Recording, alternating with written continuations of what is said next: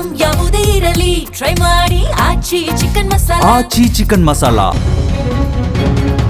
ಒಂದು ಕಾಲದಲ್ಲಿ ಒಬ್ಬ ಹುಡುಗ ಮತ್ತು ಹುಡುಗಿ ಒಬ್ಬರನ್ನೊಬ್ಬರು ಇಷ್ಟಪಟ್ರೆ ಕುಟುಂಬಕ್ಕೆ ಹೇಳ್ತಿದ್ರು, ಮದುವೆ ಆಗ್ತಿತ್ತು, ಜೀವನ ಪೂರ್ತಿ ಜೊತೆಯಾಗಿ ಬದುಕುವ ಕನಸನ್ನ ಕಾಣ್ತಿದ್ರು. ಆ ಕಾಲದಲ್ಲಿ ಪ್ರೀತಿ ಅಂದ್ರೆ ಜೀವನ ಪೂರ್ತಿ ಜೊತೆಯಾಗಿರುವ ಭರವಸೆ ಅಂತ ಹೇಳ್ತಿದ್ರು. ಆದ್ರೆ ಇಂದು ಪ್ರೀತಿಗೂ ಹೊಸ ಹೊಸ ಹೆಸರುಗಳು ಬಂದಿವೆ.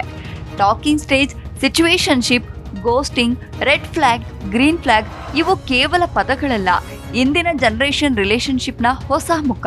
ಒಂದು ಕಡೆ ಕೆಲವರು ನಿಜವಾದ ಪ್ರೀತಿಯನ್ನ ಹುಡುಕ್ತಿದ್ರೆ, ಇನ್ನೊಂದು ಕಡೆ ಕೆಲವರು ಕಮಿಟ್ಮೆಂಟ್ ಅನ್ನೋ ಪದಕ್ಕೆ ಹೆದರ್ತಿದ್ದಾರೆ. ಹಾಗಾದ್ರೆ ಇಂದಿನ ಜನರೇಷನ್ ರಿಲೇಶನ್ಶಿಪ್ ಯಾಕೆ ಇಷ್ಟು ಬದಲಾಗಿದೆ? ಈ ಬದಲಾವಣೆಗೆ ಕಾರಣ ಸೋಷಿಯಲ್ ಮೀಡಿಯಾನ ಅಥವಾ ಜನರ ಆಲೋಚನೆ ಬದಲಾಗಿದೆಯಾ? ಈ ಹೊಸ ರಿಲೇಶನ್ಶಿಪ್ ಕಲ್ಚರ್ ಒಳ್ಳೆಯದ ಅಥವಾ ಕೆಟ್ಟದ? ಇದರ ಪರಿಣಾಮ ಯುವಕರ ಜೀವನದ ಮೇಲೆ ಹೇಗಿದೆ? ಮುಂದಿನ ದಿನಗಳಲ್ಲಿ ಪ್ರೀತಿಯ ಅರ್ಥ ಇನ್ನಷ್ಟು ಬದಲಾಗ್ತಿದೆಯಾ? ಈ ಎಲ್ಲ ಪ್ರಶ್ನೆಗಳಿಗೆ ಉತ್ತರವನ್ನ ಈ ವಿಡಿಯೋದಲ್ಲಿ ಸಂಪೂರ್ಣವಾಗಿ ತಿಳಿದುಕೊಳ್ಳೋಣ.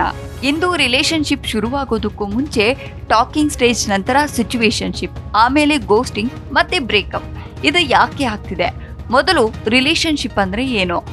ರಿಲೇಶನ್ಶಿಪ್ ಅಂದ್ರೆ ಕೇವಲ ಲವ್ ಅಲ್ಲ, ಇಬ್ಬರ ನಡುವೆ ಇರುವ ನಂಬಿಕೆ, ಗೌರವ, ಅರ್ಥ ಮಾಡಿಕೊಳ್ಳುವಿಕೆ, ಪ್ರೀತಿ ಮತ್ತು ಜವಾಬ್ದಾರಿ.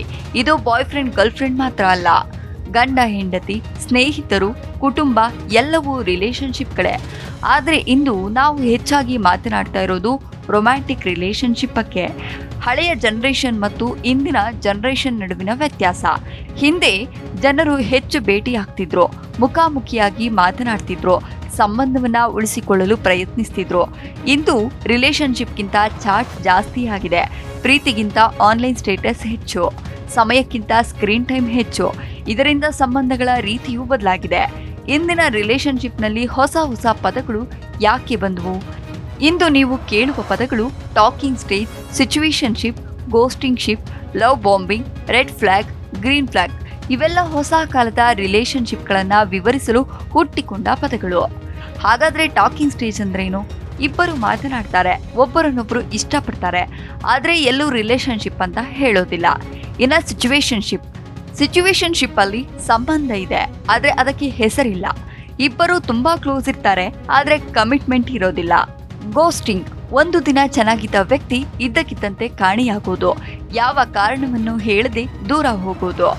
ರೆಡ್ ಫ್ಲಾಗ್, ರಿಲೇಶನ್ಶಿಪ್ನಲ್ಲಿ ಎಚ್ಚರಿಕೆ ನೀಡುವ ವರ್ತನೆ, ಸುಳ್ಳು, ಅನುಮಾನ, ನಿಯಂತ್ರಿಸುವ ಸ್ವಭಾವ, ಗೌರವ ಇಲ್ಲದ ಮಾತುಗಳು. ಇನ್ನ ಗ್ರೀನ್ ಫ್ಲಾಗ್, ನಂಬಿಕೆ, ಗೌರವ, ಸಪೋರ್ಟ್ ಮತ್ತು ಒಳ್ಳೆಯ ಕಮ್ಯುನಿಕೇಶನ್. ಇಂತಹ ಬದಲಾವಣೆಗಳು ಯಾಕೆ ಬಂದವು? Social media, Instagram, Snapchat, WhatsApp, dating apps ಇವು ರಿಲೇಶನ್ಶಿಪ್ಗಳನ್ನ ತುಂಬಾ ಬದಲಾಯಿಸಿವೆ.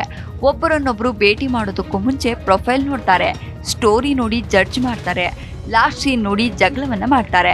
ಲೈಕ್ ಹಾಕಿದ್ರೂ ಸಮಸ್ಯೆ, ಲೈಕ್ ಹಾಕ್ಲಿಲ್ಲ ಅಂದ್ರೂ ಸಮಸ್ಯೆ. ಹೆಚ್ಚು ಆಯ್ಕೆಗಳು, ಹಿಂದೆ ಪರಿಚಯವಾಗುವ ಜನ ತುಂಬಾ ಕಡಿಮೆ, ಇಂದು ಸಾವಿರಾರು ಜನ ಆನ್ಲೈನ್ನಲ್ಲಿ ಸಿಗ್ತಾರೆ. ಇದರಿಂದ ಹಲವರು ಇದಕ್ಕಿಂತ ಒಳ್ಳೆಯವರು ಸಿಗ್ಬಹುದು ಅಂತ ಯೋಚಿಸ್ತಾರೆ. ಕೆರಿಯರ್, ಇಂದಿನ ಯುವಕರು ಕೆರಿಯರ್ಗೆ ಹೆಚ್ಚು ಮಹತ್ವವನ್ನ ಕೊಡ್ತಾರೆ. ರಿಲೇಶನ್ಶಿಪ್ಗಿಂತ ಜಾಬ್, ಲವ್ಗಿಂತ ಫ್ಯೂಚರ್, ಇದು ಕೂಡ ಒಂದು ಕಾರಣ. ಇನ್ನ ಮೆಂಟಲ್ ಹೆಲ್ತ್, ಇಂದಿನ ಜನರೇಷನ್ ಟಾಕ್ಸಿಕ್ ರಿಲೇಶನ್ಶಿಪ್ನಲ್ಲಿ ಇರೋದ್ಕಿಂತ ಸಿಂಗಲ್ ಆಗಿರೋದೇ ಒಳ್ಳೆಯದು ಅಂತ ಯೋಚಿಸ್ತಾರೆ. ಇದರ ಒಳ್ಳೆಯ ಪರಿಣಾಮಗಳೇನು ಗೊತ್ತಾ? ರಿಲೇಶನ್ಶಿಪ್ನಲ್ಲಿ ಕಾನ್ಸೆಂಟ್ಗೆ ಮಹತ್ವ ಬಂದಿದೆ, ಸೆಲ್ಫ್ ರೆಸ್ಪೆಕ್ಟ್ ಹೆಚ್ಚಾಗಿದೆ, ಹೆಣ್ಣು ಗಂಡು ಇಬ್ಬರು ತಮ್ಮ ಅಭಿಪ್ರಾಯವನ್ನ ಹೇಳುತ್ತಿದ್ದಾರೆ, ಟಾಕ್ಸಿಕ್ ರಿಲೇಶನ್ಶಿಪ್ನಿಂದ ಹೊರಬರಲು ಎದುರೋದಿಲ್ಲ. ಮೆಂಟಲ್ ಹೆಲ್ತ್ ಬಗ್ಗೆ ಹೆಚ್ಚು ಮಾತನಾಡ್ತಿರ್ತಾರೆ, ಆದರೆ ಕೆಟ್ಟ ಪರಿಣಾಮಗಳು ಇವೆ. ಕಮಿಟ್ಮೆಂಟ್ ಕಡಿಮೆಯಾಗ್ತಿದೆ, ಸುಲಭವಾಗಿ ಬ್ರೇಕಪ್ ಆಗ್ತಿದೆ, ಗೋಸ್ಟಿಂಗ್ ಹೆಚ್ಚಾಗಿದೆ, ಟ್ರಸ್ಟ್ ಇಶ್ಯೂಸ್ ಹೆಚ್ಚಾಗಿವೆ, ಒಂಟಿತನ ಹೆಚ್ಚಾಗಿದೆ. ಮೊಬೈಲ್ ಇದ್ರೂ ಮನಸ್ಸು ಖಾಲಿ ಅನ್ನಿಸುವವರ ಸಂಖ್ಯೆ ಹೆಚ್ಚುತ್ತಿದೆ. ಕೆಲವರು ರಿಲೇಶನ್ಶಿಪ್ ಅನ್ನ ಟ್ರೆಂಡ್ ಆಗಿ ನೋಡ್ತಿದ್ದಾರೆ. ಹಾಗಾದ್ರೆ ಭವಿಷ್ಯದಲ್ಲಿ ಏನಾಗಬಹುದು? ಮುಂದಿನ ಜನರೇಷನ್ನಲ್ಲಿ AI dating, virtual relationship, VR dating, AI boyfriend, AI girlfriend ಇವು ಇನ್ನಷ್ಟು ಸಾಮಾನ್ಯವಾಗಬಹುದು. ಡೇಟಿಂಗ್ ಆ್ಯಪ್ಸ್ ಇನ್ನಷ್ಟು ಅಡ್ವಾನ್ಸ್ಡ್ ಆಗಬಹುದು.